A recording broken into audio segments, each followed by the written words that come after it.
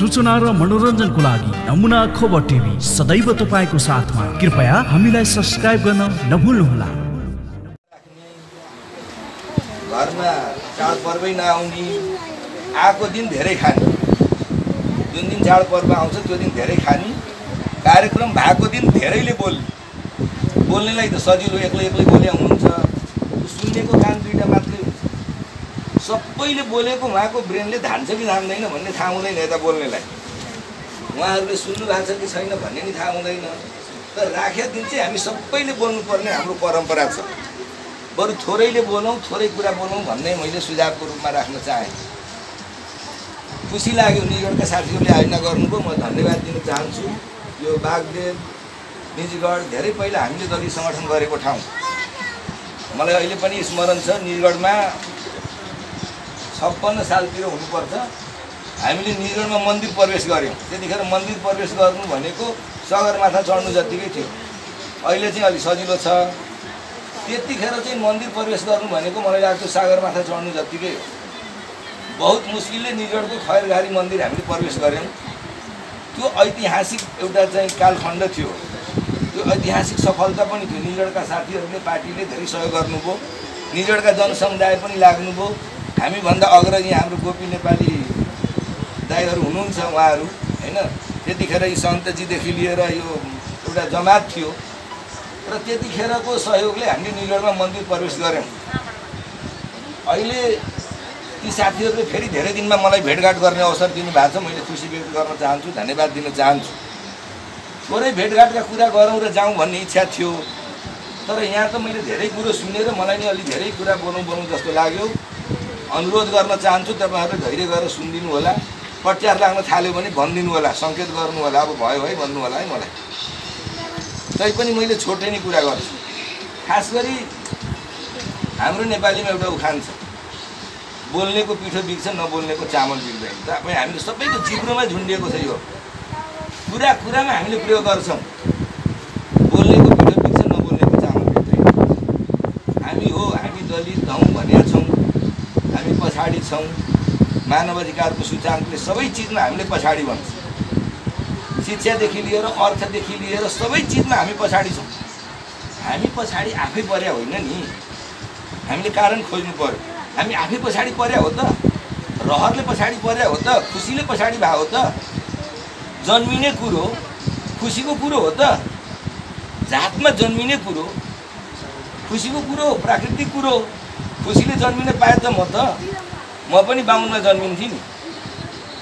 सुन्दर कोइराला लेख्ने होला, अझ म त नेपालमै जन्मिन्थिनँ। यसको गरिब अलिक भएको, विकट भएको, यसको अर्थ मैले देशलाई माया नगर्न खोजेको होइन, अन्यथा अर्थ नलागोस्। खुसीले जन्मिने भए त म अमेरिकामा जन्मिन्थेँ, म यहाँ जन्मिने थिइनँ होला। त्यो जन्मिने चिज भने प्राकृतिक चिज हो। कोही खुसीले जन्मिने होइन नि, कुन जातमा भनेर जन्मिने होइन। अनि त्यस कारण बोल्नेको पिठो बिग्छ, नबोल्नेको चामल बिग्दैन भनेर मैले किन भन्दैछु भने अहिले कमसेकम तपाईँहरूले एउटा बोल्ने फोरम पाउनुभयो। यो ठुलो कुरो हो, यो सुरुवात हो, आयोजना हो। बोल्ने फोरम पाउनुभयो नि, वडाध्यक्ष, उपमेयर सहित म पनि यो उहाँहरू निर्वाचित भएको पार्टीको जिल्लाको प्रमुख मान्छेका हिसाबले, प्रदेशको एउटा माननीय सांसदका हिसाबले म सहित बसेर मैले नि तपाईँहरूको कुरो सुन्न पाएँ, उहाँहरूलाई सुनाउन पाउनुभयो। त्यस कारण बोल्नेको पिठो बिग्ने कुरो हो यो। तपाईँ हेर्नुहोस् त, हामी कहाँ बरफ बेच्ने मान्छे हुन्छ नि, उसले बरफ बेचिरहेको हुन्छ। मलाई गजब लाग्छ, दिमागमा सोध्छु म कहिलेकाहीँ, उसले के भन्छ बरफ बेच्दा? चिसो बरफ, ठन्डा बरफ भन्छ। अझ चिसोलाई पनि अलिक वजनदार शब्दमा, चिसो अलि नबुझ्ला अथवा चाहिँ अलिक हलुको शब्द हो चिसो। ठन्डा भनेपछि अलिक गरम शब्द हो। ठन्डा बरफ भन्छ उसले। र तातो बरफ सुन्नु भएको छ कसैले तपाईँहरूले?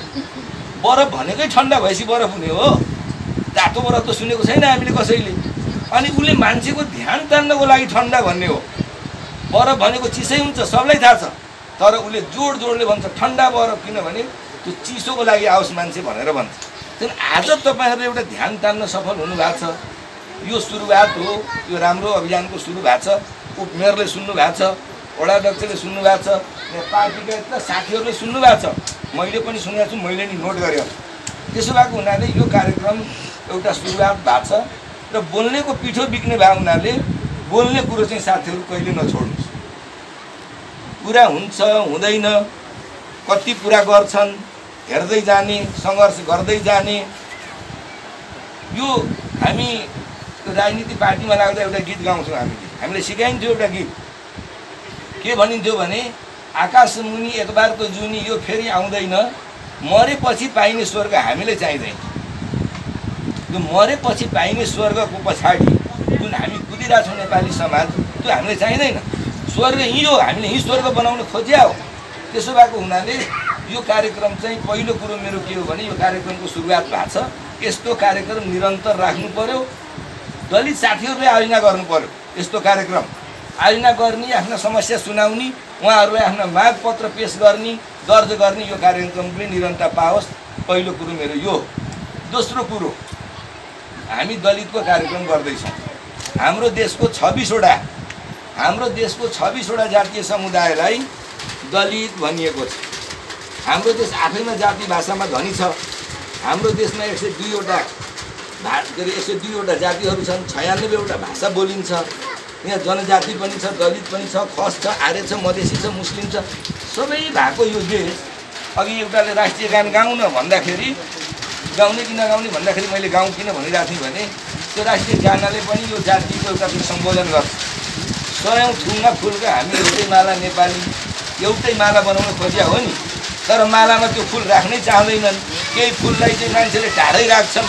त्यसो भएर त्यो गीतले पनि जातिलाई एउटै माला बनाऊ, एउटै नेपाल बनाऊ भने हो। त्यसो भएर त्यो गीतमा पनि जातको मर्म छ। मैले राख्न खोजेको कुरो चाहिँ अब तपाईँहरूसँग मेरो धेरै कुरो छैन, 2-3 वटा कुरो छ। पहिलो कुरो के हो भन्दाखेरि दलित हाम्रो समाजले हिजोको वर्णश्रम व्यवस्थाले, हिजो सनातन धर्मले, हिन्दू धर्मले, हिजोको कार्यविभाजनले के भन्यो त भन्दाखेरि हिजो धर्मशास्त्रले हामीले शूद्र भन्यो, ब्राह्मण क्षेत्रीय वैश्य शूद्र भनेर 4 वटा विभाजन गर्यो। त्यसपछि अझ त्यसलाई हेलाको शब्दले भन्दाखेरि अछुत भन्यो, सानो जात भन्यो, पानी नचल्ने भन्यो, हुँदा उपेक्षित भन्यो, उत्पीडित भन्यो। हुँदा त्यसलाई परिमार्जन गर्दा गर्दै अहिले हामीले एउटा दलित भन्ने शब्दमा ल्याएर यसलाई टुङ्ग्यायौँ। दलित भनेर अहिले सम्बोधनको रूपमा चिनिने को चिनिने दलित भन्दाखेरि दलिएका, पिल्सिएका, पछाडि परेका, शिक्षामा, राजनीतिमा, धनमा, सम्पत्तिमा, समाजमा, इज्जतमा, मर्यादामा, सबै चिजमा, चेतनामा पछाडि परेको एउटा खास 26 वटा जाति हाम्रो देशमा भन्दाखेरि 26 वटा जातिको समूहलाई हामीले दलित भन्यौँ। दलित को भन्दाखेरि मान्छेले सेट चिन्ने के भन्दाखेरि यहाँ त गाउँको कुरो गर्नुको दिदीबहिनीहरूले अस्ति संसदमा हाम्रो प्रदेश सभामा एकजना मान्यले बोल्दाखेरि के भन्नुभयो भने सानो जातिहरूको विषयमा भन्नुभयो। हामीले तुरन्त उठेर कम्प्लेन गऱ्यौँ, तर मान्य जस्तो मान्छेले संविधान विपरीत सानो जाति भन्ने कसले अधिकार दियो तपाईँले? उहाँले भोलिपल्टै माफी माग्नुभयो, त्यो रेकर्डबाट हटाइ को लाएर बस्यो। अब मान्य जस्ता मान्छेको बुझाइ यस्तो छ, जिब्रोमै झुन्डिएको छ सानो जाति, दलित जाति भनेर जिब्रोमै झुन्डिएको छ। र हिजो एउटा कुरो समूहलाई दलित भन्यो, समाजले भन्यो, वर्णश्रम व्यवस्थाले भन्यो।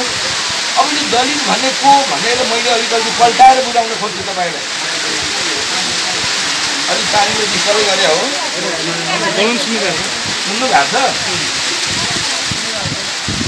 दलित कसलाई भन्यो भन्दाखेरि हेर्नुहोस्, यसलाई पल्टाएर बुझ्नुहोस्। दलित कसलाई भन्यो भन्दाखेरि हामी दलित भन्ने बित्तिकै आफूलाई हिंसा भाव गर्छौँ। हिंसा भाव नगर्नुहोस् न। दलित कसलाई भन्यो भन्दा जसले यो समाजमा सबैभन्दा मेहनतको काम गर्नेलाई,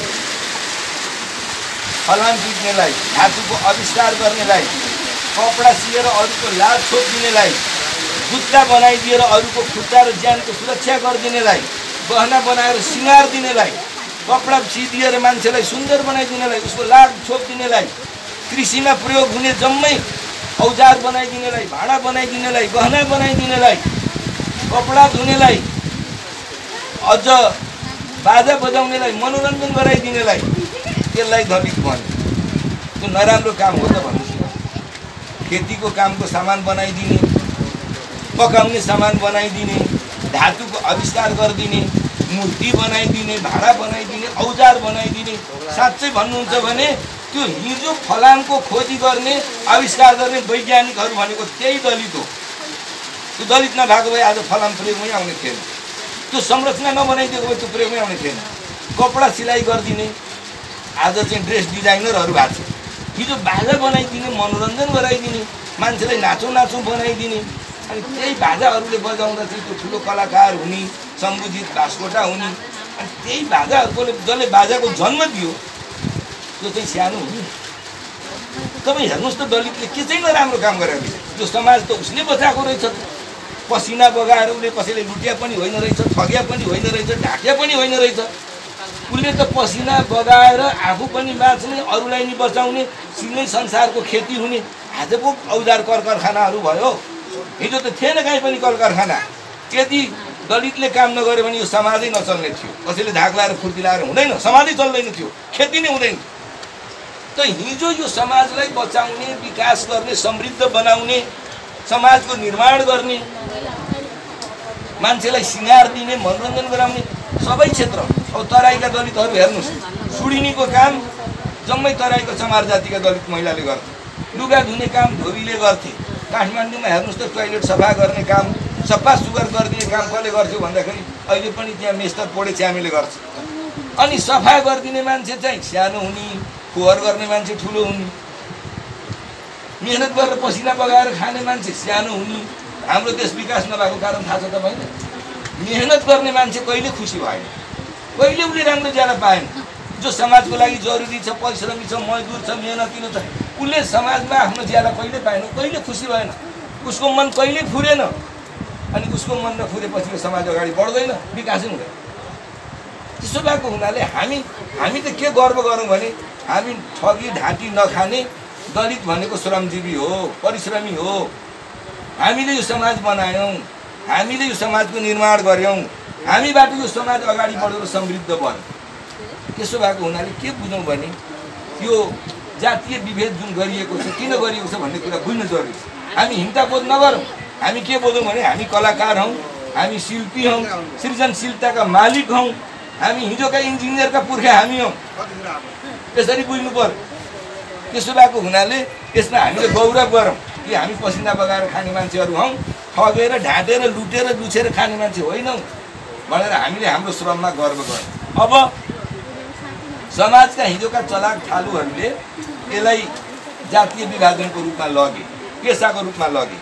पेसा भन्ने कुरो साँच्चै भन्ने हो भने कामसँग जोडियो। सुन बनाउने मान्छेलाई सुनार भनियो, सुन बनाउनेलाई सुनार भनियो, कपडा सिन्नेलाई सूचीदार भनियो, कविता लेख्नेलाई कवि भनियो, गीत लेख्नेलाई गीतकार भनियो, लोहाको काम गर्ने फलाम लोहाको काम गर्नेलाई लोहार भनियो, तामाको काम गर्नेलाई ताम्राकार भनियो। नेवारमा 62वटा जाति छन्, तपाईँलाई थाहा छ? नेवारमा पनि 62वटा जाति छ, सबै जाति छन् नेवारमा। ताम्राकार, व्यञ्जनकार, चित्रकार, जे काम गर्छन् त्यही कार। उनीहरू नेवारमा पनि बाहुन छ, छेत्री छ, दलित छ, सबै छ नेवारमा। त त्यो के गरियो त भन्नु होला भने समाजलाई कामको आधारमा विभाजन गर्यो। सुन बनाउनेलाई सुनार भनियो, कविता लेख्नेलाई कवि भनियो, गीत लेख्नेलाई गीतकार भनियो, लोहालाई लोहार, तेल बेच्नेलाई तेली भनियो। अहिले पनि मधेसमा छ नि तेली। छालाको काम, चमडाको काम गर्नेलाई चर्मकार भनियो। ए बाबा, यो त कामको पेसा हो। ड्राइभरको पनि जात हुन्छ। आज जुनसुकै जातले पनि गाडी चलायो भने ड्राइभर हुन्छ, पढाउन गयो भने ऊ मास्टर हुन्छ, उसको त जात हुँदैन। पण्डित भनेको पढाउने मान्छे, विद्वान मान्छे, वेद पुराण पाठ गर्ने मान्छेलाई पण्डित भने हो। जन्मजात कोही पण्डित हुँदैन, पढ्दै नपढ्दै नि पण्डित भएको छ। पण्डित भनेको जात हुँदैन। त्यतिखेर काम बाँड्या हो, श्रम विभाजन गर्या हो। त्यसो भएको हुनाले अनि हिजो दलित भनेर बनाउने कुरो चाहिँ के हो भने हिजो केही ठालु व्यक्तिहरूले आफूहरूले मेहनतको काम गर्न नपरोस्, आफूहरू चाहिँ सजिलो रूपले अगाडि बढ्न पाऊँ, यी मेहनतका काम जति चाहिँ जम्मै यिनीहरूलाई नै गर्न दिउँ र यिनीहरूलाई भरपेट खान पनि नदिउँ, यिनीहरूलाई मर्न पनि नदिउँ, भरपेट खान पनि नदिउँ भनेर त्यतिखेरको चलाक व्यक्तिहरूले राज्यमा कानुनै बनाएर, राजा जयस्थिति मल्लको पालामा 1803 कानुनै बनाएर जाति पार्टीको सुरुवात गरियो। कानुनै बनाएर गर्यो, राज्यले गरे हो। हामीले एउटा बाहुनलाई दोष दिने, एउटा क्षेत्रीलाई दोष दिने कुरै छैन। त्यतिखेरको राजा जयस्थिति मल्लले नै कानुनै बनाएर यो जात भनेर छुट्याए। यो जातको पानी चल्ने भने, यसको नचल्ने भन्यो। अनि त्यति मात्र भनेन, कपडा लाउने पनि विभाजन गर्यो, त्यसपछि तपाईँको खानेकुरा पनि विभाजन गरिदियो। त्यतिखेरको दलितले झिम्टीवाला घरमा बस्न नपाउने 1903 सालको मुल्कियन हेर्नुहोस्, अहिले पनि लेखेको छ। झिम्टीवाला घरमा बस्न नपाउने, बाटोमा हिँड्दाखेरि आफूभन्दा उपल्लो जातका मान्छे आयो भने तल ओर्लिनु पर्ने, झदौ गर्नुपर्ने, अनि लबेदा दाउरा सुरुवाल लाउन नपाउने, दही दुध घिउ केरा खान नपाउने, त्यो जम्मै हिजो चाहिँ राज्यले नै बनाएको कानुन हो। राज्यले किन यो कानुन बनायो भन्दा शोषण गर्नको लागि बनायो, यिनीहरूलाई चाहिँ अरू कामबाट बन्देज गर्नको लागि बनायो। अनि दलितहरू पछाडि परे। किन पछाडि परे भन्दा पढ्न नपाउने। के भन्यो यो धर्मशास्त्रमा, दलितले शूद्रले पढ्यो भने जिब्रो काट्दिनु, वेद पुराणका कुरा सुन्यो भने कानमा सिसा पगालेर हालिदिनु कानुनै हो यो। फेरि मैले आफ्नो मनले भनेको कुरो होइन यो, त्यतिखेरको त्यो धार्मिक कानुन हो। अनि कसले पढ्ने, कसैले सुनायो भने पनि त्यसलाई पनि सजाय गर्ने, कसैले लुकेर पढाउनु खोज्यो भने त्यसलाई नि सजाय गर्ने। अनि गायत्री मन्त्र सुन्यो भने बौलाउने, सुन्ने नि बौलाउँछ र सुनाउने नि बौलाउँछ। यी साथीहरू कहिले धासो सुनाइदिनु त कोही पनि बौलाउँदैन, कोही बौलाउँदैन, माइकमा फुक्दै नि बौला छैन आजसम्म। तर मान्छे के हो भने बौलाउँछ भनेर सुनाउने नि डरायो, कति जानेको हेर्नुहोस्। अनि यी जम्मै कुरोको सुन्नुहोस्, यो जम्मै कुरोको ठाउँ लगेर कहाँ लाग्दियो त भन्दा हाम्रा दलित सोझा साझा हजुरबाबुहरूलाई के भनिदियो भने हेर भाइ गायत्री मन्त्र त पहिलाले नि सुन्नु हुँदैन।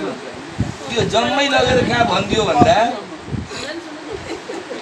के भनिदियो भन्नु होला भने यो जम्मै कुराको निचोड कहाँ लगेर ठोकिदियो भन्दा एकछिन बहिनी यो भनेको के हो त भन्दा यो भनेको कर्मको खेल हो। हाम्रा हजुरबाबुहरू सिधा साधा दिनभरि काम गर्ने। यो के भनिदियो भने यो कर्मको खेल हो। तिमीहरूको बाजे बराजुले पहिला चाहिँ खराब काम गरे, पाप गरे, के गरे, त्यसो भएर तिमीहरू दलित भएर जन्म्यौ। हाम्रा बाबुबाजेले राम्रो काम गरे, त्यही भएर हामीहरू राम्रै जन्म्यौ। अब पनि तिमीहरू अधिकार नखोज, विद्रोह नगर, हामीलाई छुन नआऊ, बराबर वस्तु नभन। फेरि अर्को पाप लागेर बल्ल बल्ल उक्लिन थाल्थ्यौ मरेपछि। अब फेरि अर्को 7 जन्मसम्म तिमीहरू दलितै भएर जन्मिन्छ। यो तिमीहरूको कर्मको खेल हो, छैटीको दिन लेख्दै आऊ भनेर भनिदिएपछि हाम्रा बाबुबाजेले कान पनि छोएनन्, कागको पछि दौड्यो। कतिसम्म स्थिति भयो भने म कलेजमा पढ्थेँ वीरगञ्ज, मसँग एकजना कडेल थरका साथी रुम पार्टनर हुनुहुन्थ्यो, मेरो हजुरबा हुनुहुन्थ्यो। मैले रियल घटना भन्दैछु। म नभएको बेलामा मलाई भेट्न आउनुभएको साथी। अनि मेरा हजुरबाबुले उहाँको थर सोध्नु, पहिलाको थर सोध्ने चलाउनु, भेट्ने बित्तिकै बुढाबाहरूले त नाम के, थर के, घर के। अनि उहाँ त म कडेल हो, बाहुन हो भनेपछि बाबु खाना अन्त्य पकाइदिन्छु, पकाउन लगाइदिन्छु, अरू कहाँ हुन्छ भन्नु। अनि होइन किन अन्त्य पकाउने, तपाईँको नातिसँग त सधैँ म घरमै एउटै कोठामा बसेर खाएको छु। अनि मेरो हजुरबाबुले के भन्नुभयो, होइन बाहिर के गरे मेरो नातिले थाहा छैन, म तपाईँलाई यहाँ आफ्नो घरमा खुवाएर म फेरि 7 जन्म पाप चाहिँ जिउमा लिन्न, म त खुवाउनेवाला छैन। खाने मान्छे तयार छ, खुवाउने मान्छे खुवाउँदिनु भन्छ। किनभने दिमागमा त भुडिदिएको छ नि, दिमागमा हतकडी लगाइदिएको छ। हिन्दी साहित्यका महापण्डित राहुल सङ्कृत्यायन हुनुहुन्छ, उहाँ हिन्दी साहित्यको महापण्डित भन्छौँ उहाँलाई हामीले। उहाँले के लेख्नु भएको छ भने दिमागी गुलाम भन्ने एउटा किताब लेख्नु भएको छ। मान्छेको दिमागलाई गुलाम बनाइदिइसकेपछि हातको हतकडी छुडाउन सकिन्छ, दिमागको हतकडी छुडाउन सकिँदैन। सबभन्दा ठुलो कुरो भनेको दिमागको हतकडी हो। हामीलाई दिमागको हतकडी लगाइदिएको छ। अनि हामी पनि के खुसी भएको छौँ भने अब कर्मको खेल हो, बाउले नि सहयो, बाजेले नि सहयो, हाम्रो नि यस्तै त होला नि भनेर हामी चुपो लाएर सह्यो। त्यसकारण यो दलितको सन्दर्भमा मेरो कुरो चाहिँ के हो भन्नु होला भने अब यो दलित भन्ने चिज, जातपात भन्ने चिज जोगाउँदा के फाइदा छ त, कसलाई फाइदा छ त्यो जातपात जोगाउँदा? मैले त कसैलाई फाइदा देख्दिनँ। यो जातपात जोगाएर न समाजलाई फाइदा छ, न गाउँलाई फाइदा छ, मानिस बिचमा विभाजन गरेको छ। अनि सारा संरचना चाहिँ कस्तो छ भनौँ, यो जातको पछाडिको तर्क हेर्नुहोस् त। तपाईँ र म अथवा अरू कोही थाहा नपाउन्जेलसम्म सबै चल्ने, थाहा पाएपछि नचल्ने। एउटा होटेलमा 2 जना दलित र गैर दलित बस्नुहुन्छ, थाहा पाउन्जेलसम्म, थाहा नपाउन्जेलसम्म सँगै बसेर खाइन्छ, गफ गरिन्छ, थाहा पाएपछि वाक लाग्न थाल्छ उहाँहरू।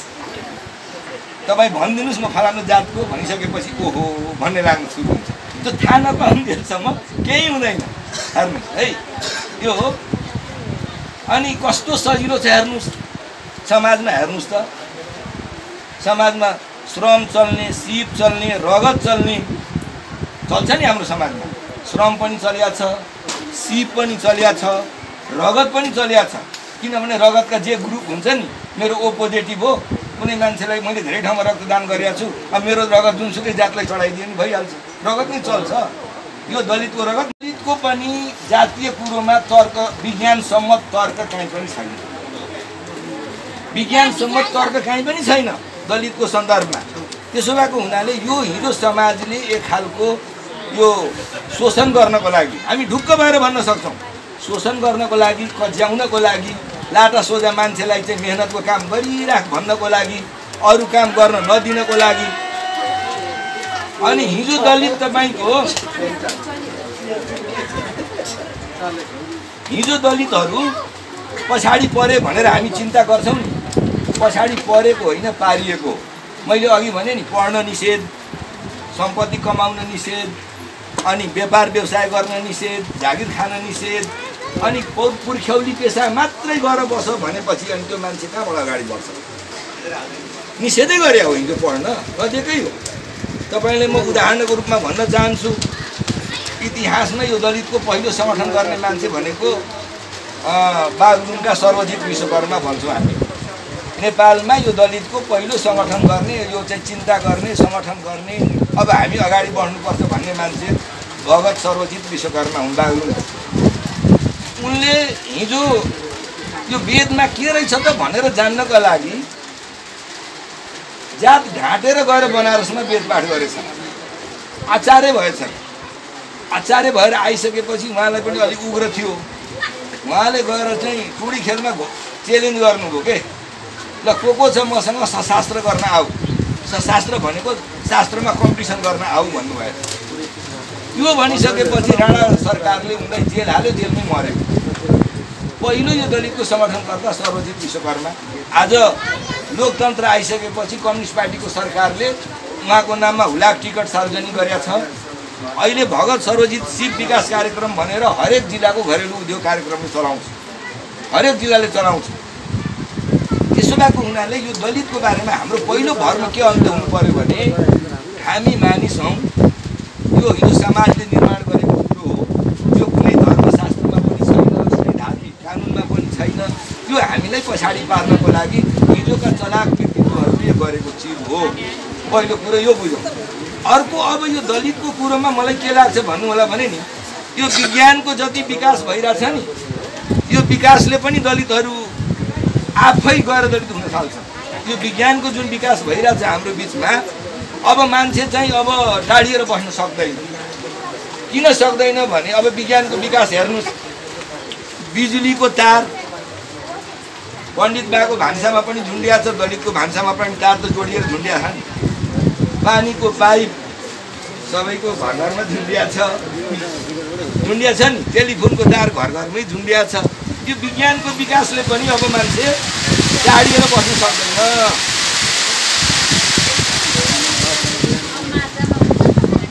पानीले हामीलाई समर्थन गरिरहेको जस्तो लागिरहेको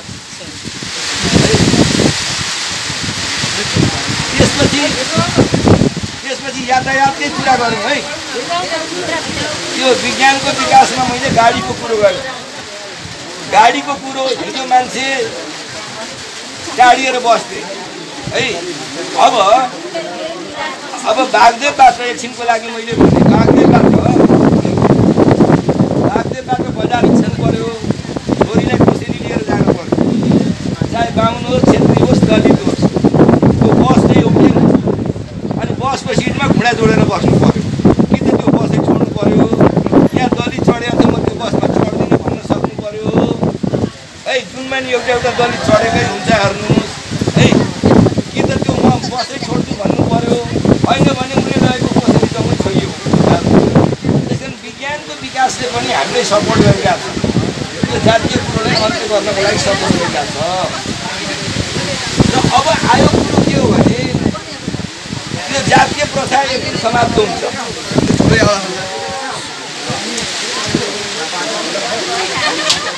एकछिनै अब मैले सक्न थालेँ। पहिलो कुरो यो देश चलाउने भनेको कानुन हुन्छ संविधान।